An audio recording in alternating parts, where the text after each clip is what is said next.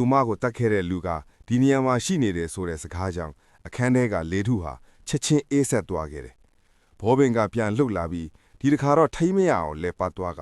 အဲ့ဒီမှာထိုင်နေတဲ့မိန်းကလေး၃ယောက်ကိုတဲ့ညွန့်ပြလိုက်တယ်။၃ယောက်လုံးအံ့ဩပြီးမနားမလည်ဖြစ်နေကြတယ်။အဲ့ဒီချိန်မှာပဲစာသင်ခန်းတကားဖွင့်သွားပြီးဆီယာမဝင်လာကအတန်ဒီနဲ့អော်လိုက်တဲ့အတာအဖွဲလုံးဘောပင်တွေကိုလွှတ်ချလိုက်ရတယ်။ဆီယာမကအားလုံးကိုပြန်လဲပြတ်နံပြီးကိုယ့်နေရာကိုပြန်ထိုင်ကြဖို့အမိန့်ပေးလိုက်တယ်။အဲ့ဒီချိန်မှာအဖွဲတဲကမိန်းကလေးတစ်ယောက်ကပဒင်းပေါက်ပတ်ကိုကြည့်မိပြီးတကိုယ်လုံးတုန်ခါသွားတယ်။မှန်တကားအကင်ဘတ်မှာမမြင်ရရှင်းတဲ့အရေးတစ်ခုလေထဲမှာမျောနေပြီးသူတို့ကိုစိုက်ကြည့်နေတယ်လို့ဖြစ်နေပေမဲ့မျက်နာကိုတော့မရှင်းလင်းစွာမမြင်နိုင်ဘူးထိုခဏမှာပဲမိန်းကလေး၃ယောက်ရဲ့ဖုန်းတွေဟာတပြိုင်နက်တည်း message တစ်စောင်လက်ခံရရှိလာတယ်။ပို့သူက Ansel ရဲ့နံပါတ်ထည့်ပြီးပုံတစ်ပုံပါလာတယ်။အဲ့ဒီပုံထဲမှာသူတို့၃ယောက်စာသင်ခန်းမှာထိုင်နေကြတာကိုတွေ့ရပေမဲ့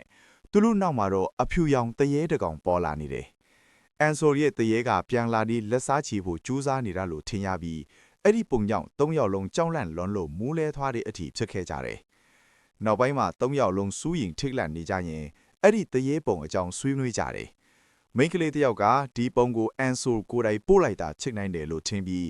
အတိတ်ကအဖြစ်အပျက်တွေကြောင့် Ansel ကသူတို့ကိုမုန်းတီးနေတာလို့ခံစားခဲ့တယ်။ဒါပေမဲ့မျက်မှန်တက်ထားတဲ့မိန်းကလေးကအားလုံးကိုစိတ်ငြိမ်အောင်ကြိုးစားပြီးဒါကတယောက်ယောက်ရဲ့ရည်ရွယ်ချက်မကောင်းတဲ့အပြောင်းအပျက်သာချစ်နိုင်တယ်လို့ပြောတယ်။တခြားတငယ်ချင်းတစ်ယောက်ကတော့ညင်းဆိုပြီးယွန်းစေးရောရဲ့တေဆုံးမှုဟာသူတို့နဲ့မသက်ဆိုင်ဘူးလမ်းမတော်တဆမှုတစ်ခုပဲဖြစ်တယ်လို့ပြောလိုက်တယ်အမှန်တရားကိုသိချင်တဲ့အတွက်၃ယောက်လုံးဒီညမှာခင်းနံမော်ကိုခိုးထွက်သွားဖို့ဆုံးဖြတ်လိုက်ကြတယ်။ message ထဲကတရေပုံကိုရိုက်ထားတဲ့နေရာကလည်းအဲ့ဒီမော်ဖြစ်တဲ့အတွက်အမှန်တကယ်ဘာဖြစ်နေလဲဆိုတာကိုကိုယ်တိုင်သွားကြည့်ချင်ကြတာပဲ။အဲ့ဒီညမှာကွန်ရှီယကမော်မှာညတာဝန်ဆင်းနေခဲ့တယ်။ဂျုံဝန်ကိုကူညီပြီးကောလာဟာလာဖြစ်နေတဲ့တရေပုံတွေကတကယ့်တရေကိုရှာဖွေက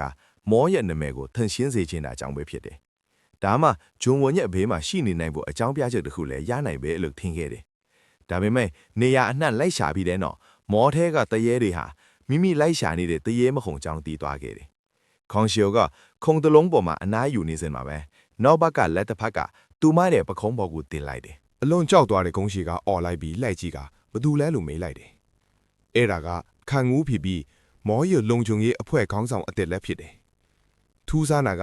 သူကကုန်းရှီရဲ့အခန်းဘေးမှာပဲအခန်းငားနေတယ်လို့ဖြစ်နေတယ်။သူကဒီအချိန်ကြီးမှာတယောက်သေးဘာလုပ်နေကြလဲလို့မေးလိုက်တော့